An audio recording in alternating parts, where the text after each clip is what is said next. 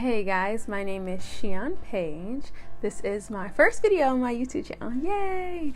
I just decided, you know what, I want to share some of my knowledge with running businesses, you know, in my 20s and currently as well, take you guys through the process because, you know, a lot of us millennials, we're on our hustle, on our grind.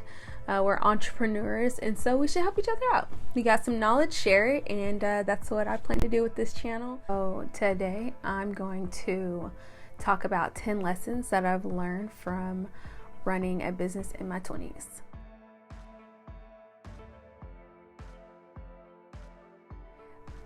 The first thing that I learned from running a business in my 20s is patience, not only with yourself, but with the process. I know you probably heard this before, trust the process, but honestly, trust the process. Being that I'm on my second business and this business is a startup from ground, my first business wasn't really a startup. I can tell you that there's going to be a lot of pain points that come up, and you just have to trust the process and know that it's all going to work out. Point 2 is to be accountable. So I wrote down to be accountable, set goals, and that is absolutely true. If you're not going to hold yourself accountable, who's going to hold you accountable? So point number 3 is be comfortable with being uncomfortable. Here's the thing about running a business. You can't possibly know everything, and there's going to be so many times where you run into situations that you know, you just weren't prepared for, and that's a good thing because that means you are learning and you're growing and your business is growing, and you have to overcome you know, these situationals. And so don't get discouraged when you start to feel uncomfortable. Actually take that as a good sign. That means you are stepping outside that box and you're growing and you are pushing yourself and challenging yourself. So get comfortable being uncomfortable. Point 4 is to trust your first instinct. I had to really learn this. So my first business, I had a lot of mentors, which is a good thing. You definitely need mentors. But when there's too many chefs in the kitchen, then it can, you know, kind of turn you off from trusting your first instinct. And I got myself in a lot of situations where I knew the right answer based off my instinct, but I went with the advice of someone else, and I was like, oh my God, why did I do that? So always trust your first instinct. You know your business, you know where you want it to go, you know you're the one operating it day to day, working with your team. So trust your first instinct and go with it.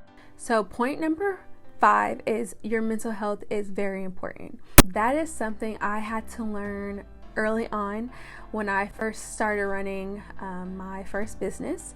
I was about 24 years old and I was working 7 days a week, no off days, and you know, just trying to do everything and be everywhere all at the same time, and definitely go where your business needs you to go for sure, but you have to take care of your mental health as well. As a person with anxiety, severe anxiety, I wasn't listening to my body, I wasn't listening to my mental health, and I actually ended up going to the hospital. And it taught me a lesson that, you know what, you have to put your mental health first as well and listen to your body, and when you need a break, take a break. So point number 6 is don't become complacent. And when you do become complacent, be okay with calling yourself out. Let me tell you something. There's nothing worse than being complacent in your own business, because that means your business is not growing. You are the leader. You are the one running the company. And if you have a team, they're going to do exactly what you do. So if they see that you are being complacent and not pushing yourself, they're going to do the same thing. I was taught that, you know, your team copies 80% of the good and 100% of that. And let me tell you, as a person that ran a large team with my first business, this is 100% true. All of your bad habits, your team will pick up. All the good habits, they'll pick up most of them, but not all of them. So you really have to be on your A game and be aware of your surroundings.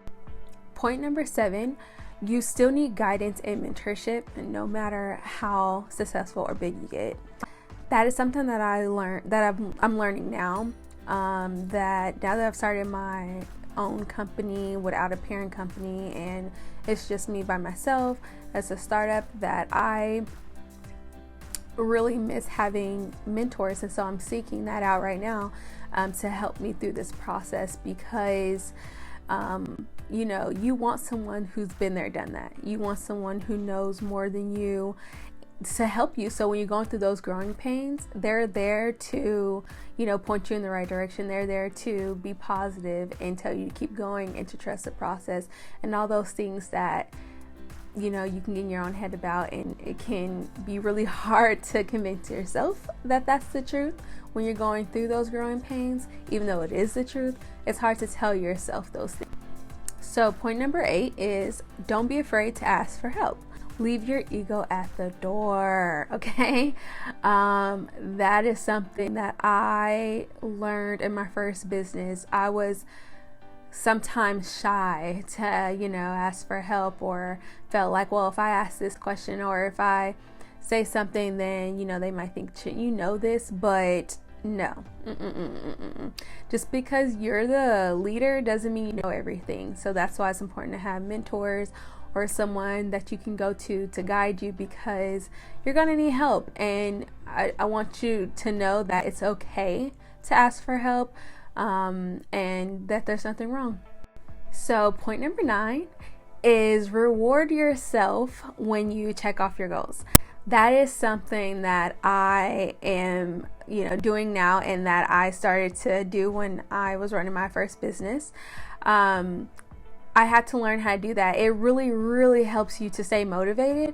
And so once I started, rewarding myself for, checking off all these goals, not only was my business growing and I was growing and, making a lot of money and all those things, but I was feeling good about it, because I wasn't just checking off goals and then forgetting about it and moving on to the next goal. I was checking off goals and then celebrating that I checked off that goal and hit that benchmark. And so it made me feel good, and it made me want to make more goals and keep going. And the last point number 10, is invest in your good people, the people on your team, your A players. If you don't have a team like myself right now with my second business, that's okay. You're going to have a team eventually. But my first business, I had a team, and I really had to learn that lesson to invest in your good people so that they stick around. You can't do everything yourself. And the best leaders also know how to, be a follower with their team and delegate. And so you got to really invest in your people. Get to know them, treat them well so that they are loyal to you, they stick around, and they help you grow your business. You guys are a family, you guys are partners. So definitely invest in your A players, identify who they are, and make sure that they know that you appreciate them. And if you guys want to check out my current business and show some love that way, you can go check out my business, smellandbalm.com. Smell and Balm is my new baby. It's a bath bomb company. It's all, natural, 100% vegan.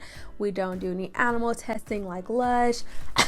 No, we don't do any animal testing or anything like that. Everything is 100% natural, safe, FDA approved and food grade and all of that. So you can go check it out if you like bath bombs, shower fizzers, bath salts.